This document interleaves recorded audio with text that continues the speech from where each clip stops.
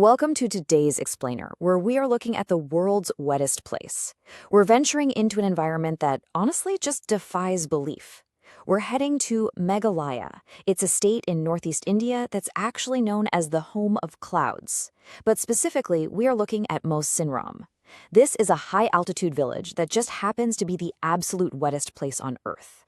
And look, I don't just mean it drizzles a lot here. I mean, we're talking about an environment so incredibly saturated that human beings have had to literally hack their entire way of life just to survive it.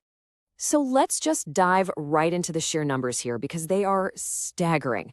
According to the Guinness Book of World Records, Mawsynram receives an average of 11,400 millimeters of rain annually. Okay, but to put that into perspective for those of us who, don't exactly think in millimeters, that is over 37 feet of rain every single year. Basically, imagine taking a standard 3-story building and completely submerging it in the water that just falls from the sky over a 12-month period. That's the baseline reality for the people living in this village. To really wrap our heads around this extreme data, let's look at this comparison. Just one single day of relentless rain in Mawsynram can easily equal an entire year's worth of precipitation in India's capital city of Delhi.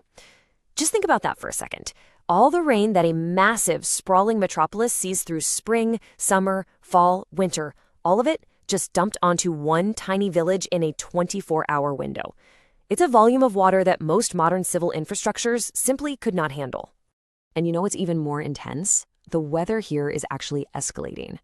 Back in 2022, Mawsynram broke its own 24-hour rainfall record.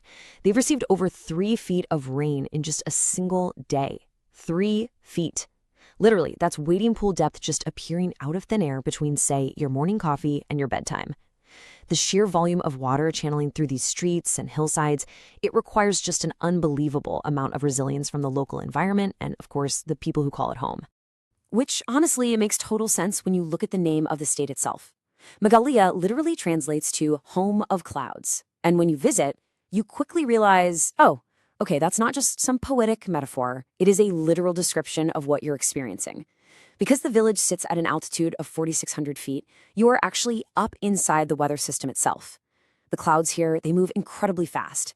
Thick fog rolls in so quickly that someone walking just a few meters ahead of you can literally disappear into the white mist and then just reappear suddenly, kind of like a ghost. It creates this incredibly beautiful, gloomy atmospheric world.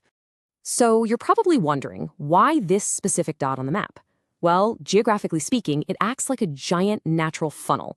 Here's what happens. During the monsoon season, these warm, highly humid winds blow up from the Bay of Bengal in the Indian Ocean. And as this moisture-heavy air travels inland, it violently collides with the steep, 4,600-foot Khasi Hills. Because the air can't easily push through or go over them without rapidly cooling down, all that moisture gets trapped right over Mawsynram. The result? The sky just opens up, dumping 70% of the area's massive annual rainfall in just a few short months. A local resident actually captured this reality perfectly when they were asked about the monsoon season. They said, once the rain comes, it doesn't stop. For a month, 2 or 3 months. Think about that. When we say it doesn't stop raining, we usually just mean, it rained all afternoon. But for the Khasi people of Mawsynram, it means waking up, working, eating, and sleeping to the sound of torrential downpours for up to 90 days straight. The mist and clouds are so thick during this time that you can hardly even see the path right in front of you. This brings up a really fascinating question for us to ponder. For most of us, rain is this cozy little anomaly, right? When it rains in our cities, what do? We sit by the window, maybe make some hot tea, fry up some snacks or pakoras, and just enjoy a lazy day inside. But assume it keeps raining for a week, then 15 days, then an entire month. Are we really going to still enjoy it? The romance fades pretty quickly when the world around you is just permanently soaked, because you can't just pause your life for 3 months. You still have to farm, you still have to buy groceries, you still have to go to school. And honestly, that brilliantly illustrates the absolute power of human adaptation. Because life cannot simply hit pause. The locals invented the Kunoop. Now, let me be clear. This is not your standard push-button umbrella that's going to flip inside out at the slightest breeze. No way. The Kunoop is a highly innovative, hands-free shield. It is an absolute essential for survival and productivity in this relentless, permanently wet environment. Let's actually break down the anatomy of the Kunoop because it's a fantastic piece of engineering. First off, it's worn completely on the body. It rests over the head and the back, which is absolutely crucial because it leaves both hands completely free for farming, gardening, carrying goods, you name it. It's built on a very lightweight bamboo frame, so it doesn't just exhaust the person wearing it all day.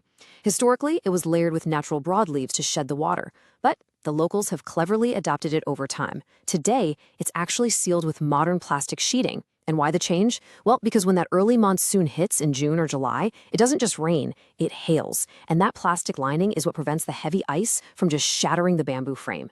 It is literal, practical evolution happening in real time. But adapting to the extreme doesn't stop out in the fields, right? It entirely changes how you manage your home. For example, despite having access to modern gas cylinders, many locals and even the restaurants heavily prefer using traditional wood stoves. They harvest wood from the surrounding forests because, as they will tell you for sure, it simply makes the food taste much better in that cold, damp air. And oh, here is a super surprising fact. You will see an unusually high number of domestic cats in this village compared to dogs. The reason? Well, the extreme wet weather drives huge populations of rats indoors looking for shelter. So, raising cats isn't just a pet thing, it's an absolute necessity for local pest control. But perhaps the most inspiring adaptation of all is the spirit of the youth here. In a village this small and this relentlessly wet, you might expect life to be kind of quiet, maybe a bit subdued. Yet within just a 100-meter radius, there are 3 densely packed schools. Every single morning, these kids trudge through the torrential downpour, carrying their bags in one hand and umbrellas in the other.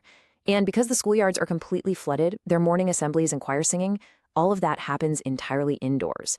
But as observers have noted time and time again, that gloomy weather outside absolutely does not dampen the incredible energy and high spirits echoing inside those classrooms. The incredible folks holding this entire society together are the Khasi people. Taking their name from the varied Khasi Hills that they inhabit, they are this uniquely resilient community just absolutely thriving 4,600 feet above sea level. They have a completely distinct culture and language compared to the rest of India. If you visit, you'll see women wearing traditional garments called the Jainsem. And because the majority of the population here is Christian, those mist-shrouded hills are dotted with these beautifully constructed churches that serve as central hubs for the community. Now, if you ever find yourself wandering the rainy streets of Mawsynram, there is one phrase you absolutely must know. Kublai. This is the Khasi phrase for thank you. Very few people in the village speak Hindi or English, which, can make things a little challenging for visitors, but just uttering a simple Kublai totally opens doors. It demonstrates a real willingness to meet these resilient people on their own terms in their own language.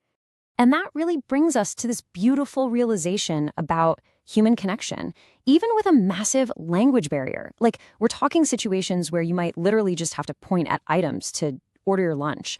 There is this incredible warmth. You could be thousands of kilometers away from your home, relying purely on broken words and maybe a shared laugh over the endless rain. But it just goes to prove that you don't need a shared vocabulary to feel a really deep sense of belonging. Which leaves us with this final thought for today's explainer.